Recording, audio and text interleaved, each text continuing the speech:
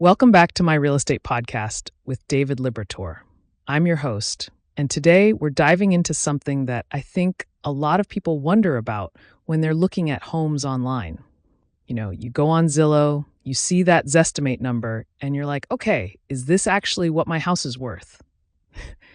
So we've got David Liberator here, a local realtor in Sarasota, Florida, and he's going to give us the real breakdown on how accurate these Zestimates actually are. David, thanks for being here. Hey, thanks for having me.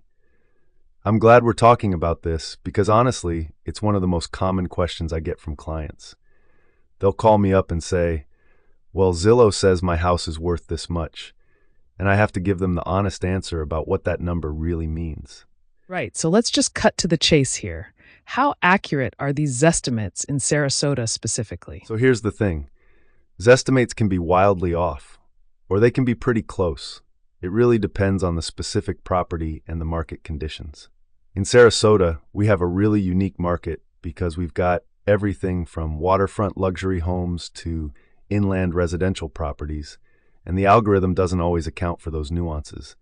I've seen Zestimates that are off by hundreds of thousands of dollars, and I've seen some that are surprisingly accurate. The median error rate is somewhere around 5 to 10%, but that's just an average. Individual properties can be way off from that. Wow, so hundreds of thousands. That's actually pretty significant when we're talking about real estate. What do you think is causing those big swings? Great question. So Zillow's algorithm is based on public records, recent sales data, and property characteristics. But here's what it misses. It can't really understand the emotional value of a property. Like if a house has been recently renovated with high-end finishes, or if it has a view that's just incredible, the algorithm doesn't always capture that.